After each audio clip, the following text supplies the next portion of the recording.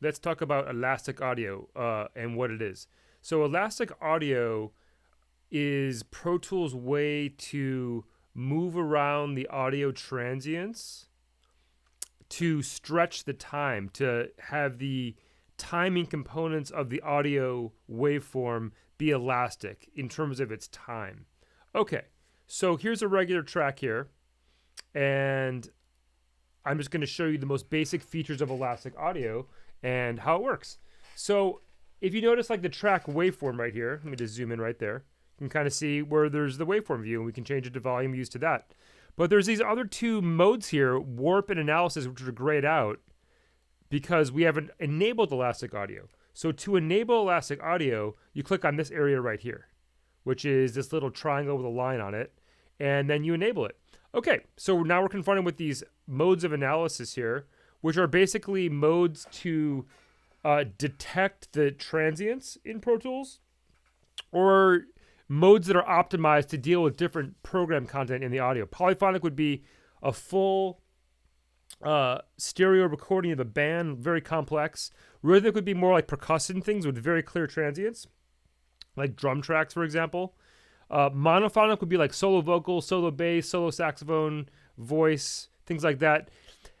And these three modes will just change the time and not change the pitch. Vari-speed, however, will change the pitch like it's slowing it down, like a tape. So if you slow down the speed of a tape playback, it will change the pitch as well. Or if you speed it up, it'll get higher. If you slow it down, it'll make it slower. So these three modes, polyphonic, rhythmic, and monophonic, are going to be for when you want to adjust the timing of something that you don't want to change the pitch. Vari-speed is going to be if you change the pitch, like for a special effect. X-form brings up a different thing, and that is render only. That window just went here somewhere. Where did it go? Anyhow, yeah, that's render only. I'll talk about that later. So right now, most of the time, I have some vocal tracks here, just as an example. Till you have a lot. And I'm just going to ever so slightly adjust the timing of this one transient here. I've already turned it on here, so I use the mode on this particular vocal track. I turned it on. I just chose monophonic, right? And by the way, this is real-time processing. That's a good distinction. So basically, as you edit this, it's going to be consuming RAM in the background. It's going to be processing the audio timing like a plugin. Okay, so I turn this on here. Then both of these views, analysis and warp view, are available. I'll show you analysis mode here. All analysis mode is it kind of detects where it thinks the transients are. So, for example, let me just solo this one vocal track. You don't know till you have a lot of. So it's detecting where it thinks the transients are. So in here, I really never go in here because the transient detections are quite good. So this is kind of, you can delete stuff if you don't want them to be there, and then you can double click to add them back in. So option will remove it, option click or alt click will remove a transient, and double clicking with the grabber will add one.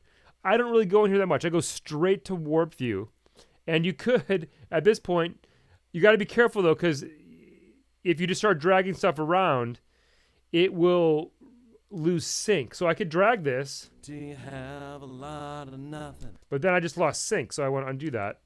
So, okay, so now we're in warp view. We were in analysis view before. Here's analysis view where we just analyze the transients, but now we're going to go to warp view. So like I said, I go straight to warp view most of the time, and I'll start moving stuff around. So I don't know, let's say I want to play this. I'm going to solo the other vocals here. Till you have a lot of nothing, and you don't know. And let's say this vocalist here was slightly behind.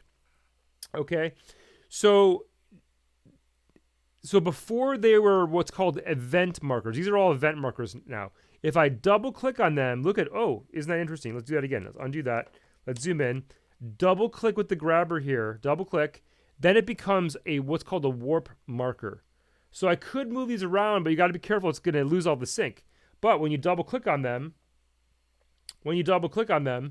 then I can move around the material between these warp markers. I can move around the material between the warp markers, and it kind of pins the audio down. So if I wanted to adjust the timing of this one transient here, nothing, and you don't know. let's just say I use a little bit late here or something. Not really, but it's fine. But I would pin the audio down here, and then I might move this transient ever so slightly. So now, nothing, and you don't, and so now it's ever so subtly. Let's listen to that again. and you don't, Now he's a little bit behind. Let's redo that. And I just moved it over a little bit. and you don't. So most of the time I'm using Elastic Audio is for this correction of timing between musical instruments. It's great for sound effects if you're trying to stretch something out as well to match the timing. So let's say you have some footsteps recorded and you're trying to align them. You can take all these transients and move them around. Another nice little hack is if I just want to move around one little transient, let's say, Do you have a lot of loving? Do you have a lot of let's say he's a little bit behind here as well. Another thing you can do is shift and click. Boom. Let's do that again. Let me zoom in again. If I shift and click one of these, boom. That's great because it does 3 of them. Then I can move this one and align the timing a little bit more. Do you have a lot of Ever so slightly. So I'm kind of aligning the timings of things here.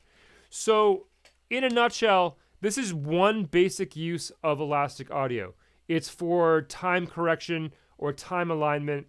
But just keep in mind, if you're going to move any of these transients around, you want to pin them down, right? By upgrading the event markers to warp markers. And then here's a warp marker, here's an event marker, right? And so you just double click, that pins the audio down. Then I can move the content between those freely, right?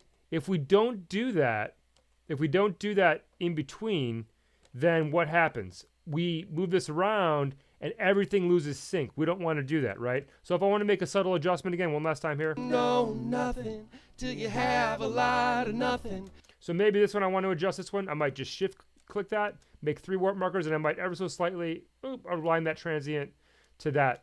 Till you have a lot of nothing. I might just ever so subtly adjust the timing there. So I usually use this style of warp markers or Elastic Audio when I'm trying to correct the rhythm of something. So that's the most basic use of it.